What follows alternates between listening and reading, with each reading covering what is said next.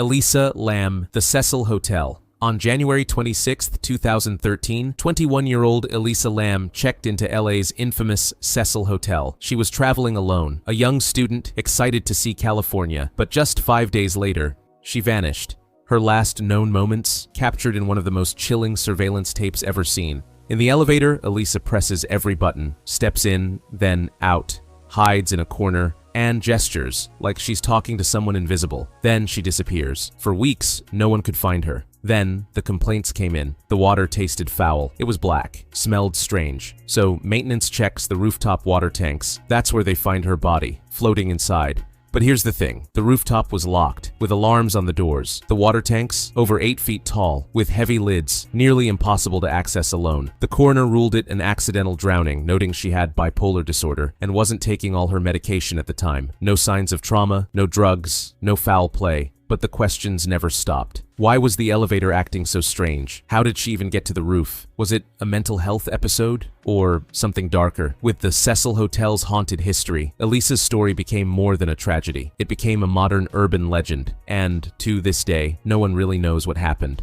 The killer in the backseat is an urban legend. Every time you get in your car, you might remember this. A woman is driving alone at night when suddenly a car begins following her. The driver behind her keeps flashing their high beams and even swerves dangerously close. Frightened and unsure what to do, she races home. As soon as she pulls into her driveway, she jumps out of the car and runs to her front door. The driver of the other vehicle screeches to a stop behind her and shouts, "Don't go inside, call the police." Confused and terrified, she hesitates. That's when the truth is revealed. There's someone in your backseat. The man explains that he saw a shadowy figure rise up behind her in the car, holding a knife. Every time the attacker moved to strike, the man flashed his lights to scare him into ducking down again. Without even realizing it, the woman had been driving with a killer in her car the entire time. Most people hear this story and think, no way, that's just urban legend stuff. But the truth? It really happened. In 1964, more than once, and it still happens. North Pond Hermit.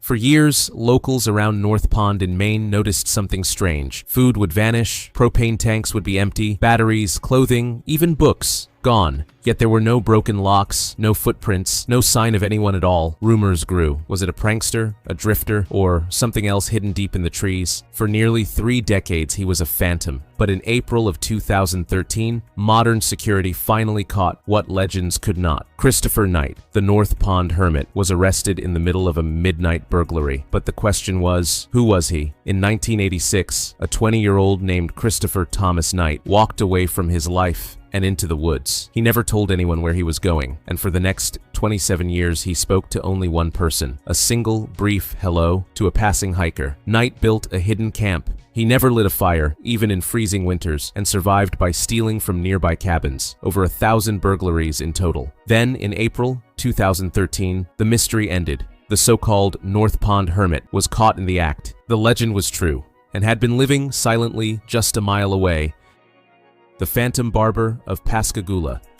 In the summer of 1942, the town of Pascagoula, Mississippi, was gripped by a strange fear. At night, a prowler crept into homes, not to steal, but to cut locks of hair from the sleeping. He became known as the Phantom Barber. Victims ranged from schoolgirls to children, even grown women. Often, the only trace was a footprint in the sand or a slit in a window screen. The town panicked. Extra police patrolled, bloodhounds searched, and eventually, a local chemist named William Dolan was arrested. Authorities accused him of assault and hinted he was the barber, but the truth was never proven. Even after his arrest, reports of break-ins continued. To this day, no one knows who the Phantom Barber really was, or why he took only hair and nothing else. A wartime mystery, half crime, half legend, that still haunts Pascagoula.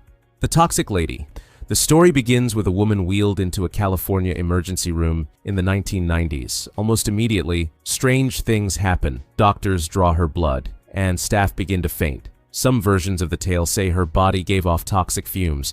Others claimed her very presence made equipment fail. Whispers spread of hazmat teams, sealed wards, and a body too dangerous to touch. But behind the legend is a real case. Her name was Gloria Ramirez. On February 19, 1994, she arrived at Riverside General Hospital with advanced cancer and heart failure. Nurses noticed an oily sheen on her skin, and her blood carried a sharp chemical odor. Within minutes, 23 staff fell ill. 5 were hospitalized. Gloria Ramirez died that night. Some scientists believe chemicals she used for pain might have transformed inside her body into a deadly gas. Others insist it was mass hysteria. Decades later, no one knows for certain. And so the mystery of the toxic lady lives on.